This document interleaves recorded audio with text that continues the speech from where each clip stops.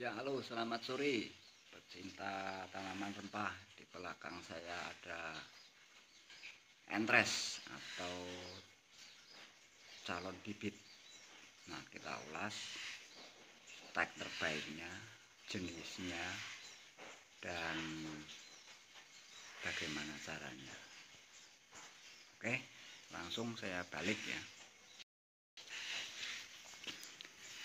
Nah, ini entres terbaik, yaitu yang pertama pada posisi buah pertama atau buah kedua, bisa juga di buah ketiga. Namun yang paling baik adalah buah pertama. Buah pertama kondisinya nah seperti ini ya. Buah pertama. Nanti buah kedua, ketiga juga bisa jadi terbaik. Cuman diambil dari ujung, jangan yang di bawah. Karena yang kedua biasanya batangnya sudah berwarna coklat. Nah, ini jenisnya tangkai panjang. Ya, tangkai panjang identik dengan ekor atau gagang buah yang panjang. Nah, jadi dompolannya ini tidak sekecil yang padat karena dia jaraknya lebih jauh dari malai. Ini adalah jenis tangkai panjang. Ini ekornya panjang-panjang. Kita bahas jenis dulu. Kalau yang semu tidak ada karena memang tidak saya kembangkan. Nah, ini jenisnya padat. Nah, bisa dilihat ya, tidak sepanjang yang jenis tangkai panjang ekornya ini. Nah, bisa dilihat kan. Nah, yang ini tangkai panjang, yang ini yang saya potong atau patahkan ini padat. Nah, ekornya enggak sepanjang jenis tangkai panjang, namun ekornya atau gagangnya buah ini lebih gede ukurannya ketimbang yang jenis tangkai panjang. Kalau buah dan pemasaran sama aja, enggak ada beda. Nah, ini ya, ini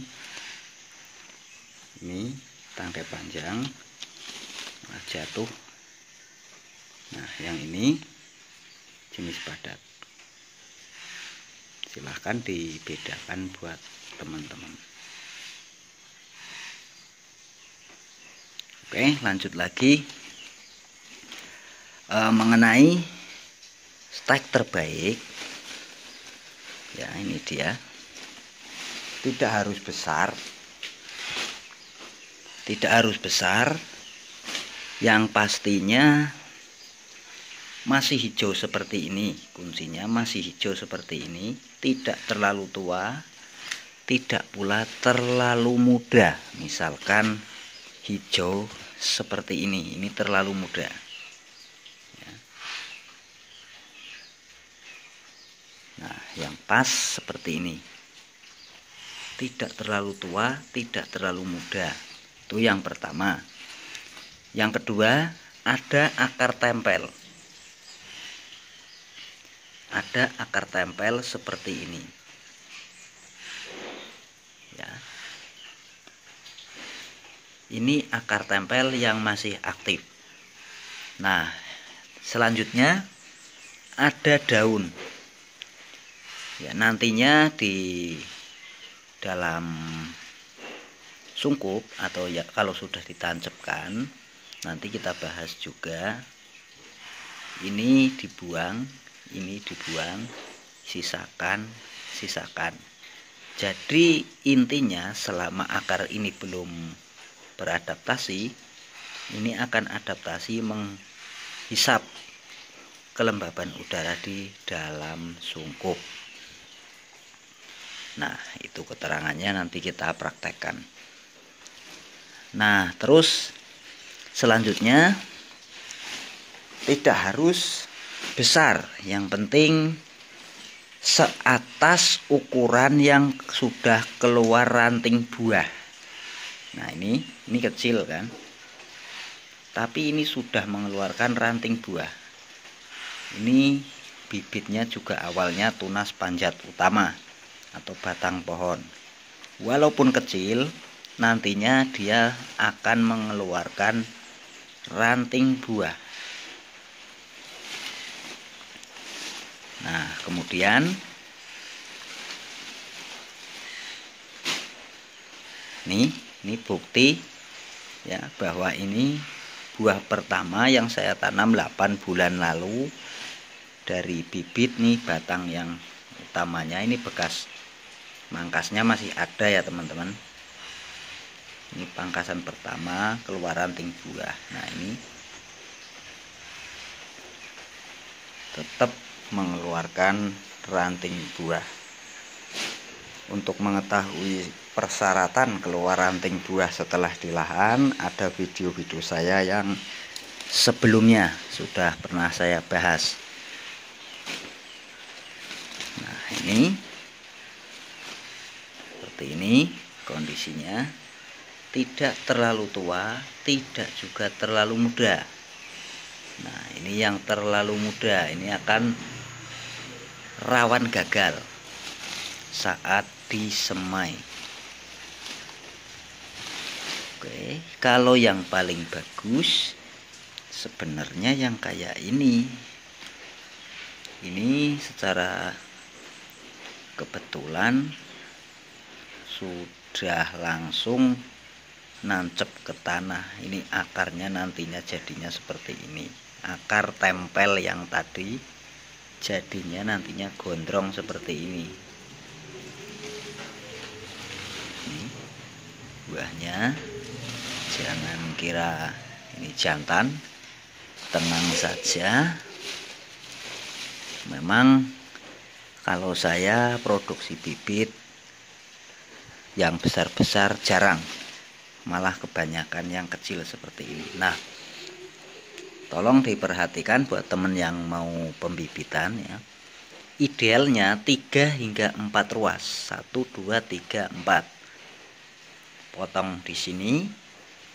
Jangan dibuang, jangan dibuang. Ini yang 2 ruas ditancepin ke polybag, daunnya dibuang. Ini dibuang separuh. Nah, pada ruas atas ini terkena tanah atau di permukaan tanah separuhnya ini aja. Karena ini nanti dalam 10 hari di dalam sungkup ini akan mengeluarkan akar baru yang berwarna putih. Itulah untuk fungsi akar itu adalah untuk mempertahankan kehidupan buat batangnya, alias untuk menyuplai nutrisi. Kenapa daunnya harus disisakan? Saat akar ini menyerap nutrisi, kalau tidak ada yang fotosintesis, ibarat manusia, itu batang ini memakan makanan mentah. Nah, itu analisa saya seperti itu. Dan fakta di lapangan, yang tanpa daun, walaupun ada akar tempel, tumbuhnya lebih lama dan persentase kegagalannya lebih tinggi dibanding dengan yang ada daunnya. Nah, oke, saya ambil tongsis dulu.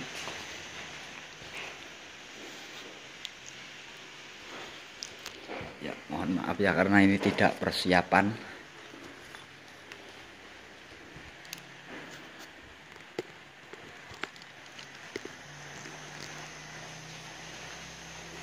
Nah, selanjutnya akan saya beri contoh cara potongnya.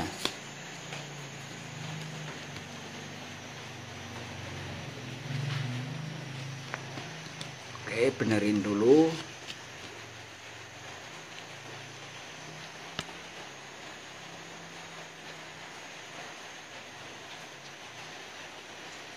kurang tinggi.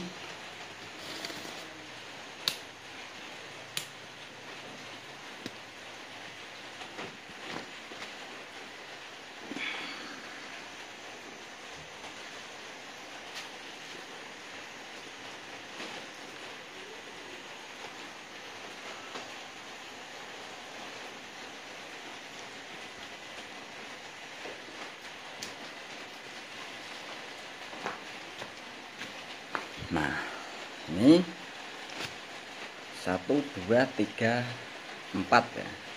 Nah, kebetulan ini enggak ada daun, nanti buat yang ke bawah. Ini karena terpaksa, maka contohnya pakai peso yang berkarat. Bagi teman-teman, usahakan peso yang steril atau bersih. Ya, nanti kita bahas. Ini jangan memotong lurus, sebaiknya potongannya miring. Karena apa? Proses daripada kehidupan ini di potongan ini akan lebih cepat sembuh atau tertutup seperti kulit ini, dan ini di ujungnya sini akan keluar akar. Tapi itu lama, keluar akarnya lama, tapi itu pasti keluar akar dari ujung sini ya. Posisi potongan miring. Nah, kemudian daunnya ini yang bawah sisakan 25%, yang atas 50%. Nah, jadinya seperti ini. Ini posisi miring. Nah, karena ini harus dilakukan sekarang, maka ini adalah hujan. Air hujan yang mengenai stek itu bahaya. Nanti saya cuci dulu, kemudian rendam zat piti. Saya buat dari air bawang merah yang saya blender dan saya campur dengan gula. Takarannya 1 liter air, 3 bonggol bawang merah, dan 1 sendok gula putih atau gula pasir. Oke, kemudian bila kalian masih bingung lagi ya, Mas, misalkan polybag saya kecil, kalau 2 ruas nggak memungkinkan. Nah, itu ada solusi ya, ada solusinya. Motongnya 3 ruas aja. Motongnya 3 ruas seperti ini. Dan kalau kalian mau buat yang sering disebut perdu bertapak, yang ada rantingnya seperti ini disisakan 2 daun seperti ini. Sama, ini dibuang 25%-nya, 25%-nya itu untuk yang diranting. Kemudian yang di sini ini sisakan 25 juga. Nah, ini 40. Nah, sesuai dengan ucapan saya tadi, bila polybagnya kecil, ini cukup sekitar 15%. Ya, posisi tetap miring. Nah, nanti apabila masuknya nggak nyampe bawah, ya, ini kalau yang 3 ruas masuknya nggak sampai bawah, itu di sini cukup sampai segini ukurnya. Nah, kalau mau agak sedikit mudah, nah ini dikasih geratan seperti ini. Nanti ini akan membantu munculnya akar.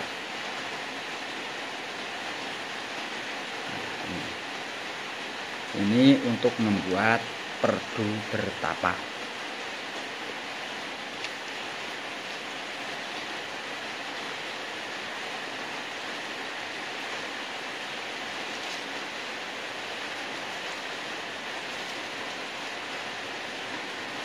Nah,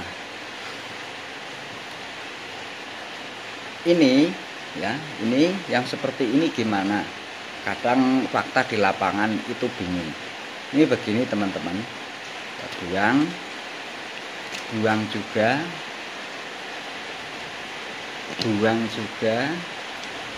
sisakan 1, 2, 3, 4. Daunnya cukup 2. Seperti tadi 25%, 50%. Nah, seperti ini. Nah, posisinya miring.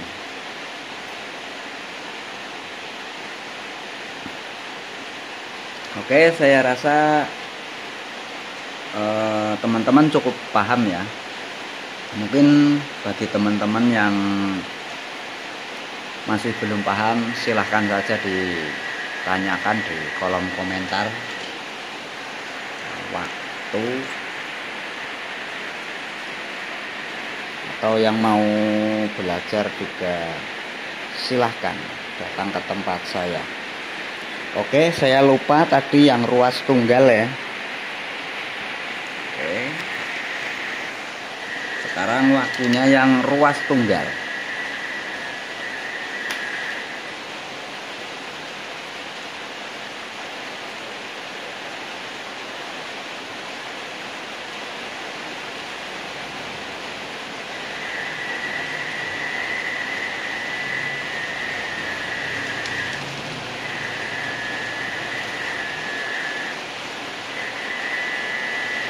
Panjang-panjang. Nah, untuk teman-teman yang mau buat bibit ruas tunggal atau cuma satu ruas seperti ini, ya usahakan posisinya jangan terlalu tua, jangan terlalu muda, tapi akarnya ini yang benar-benar sehat, karena ini adalah penentu ya. Oke, caranya separuh ruas dipotong miring. Nah, ini begini. Ini penguburannya atau pengurukannya nanti separuh atau 50% saja. Nah, ini disisakan, usahakan lebih dari 50%. Jangan dipadatkan saat menanam, cukup ditabur-tabur saja. Nah, nanti akan keluar tunas dari ketiak ini, namun makin pendek.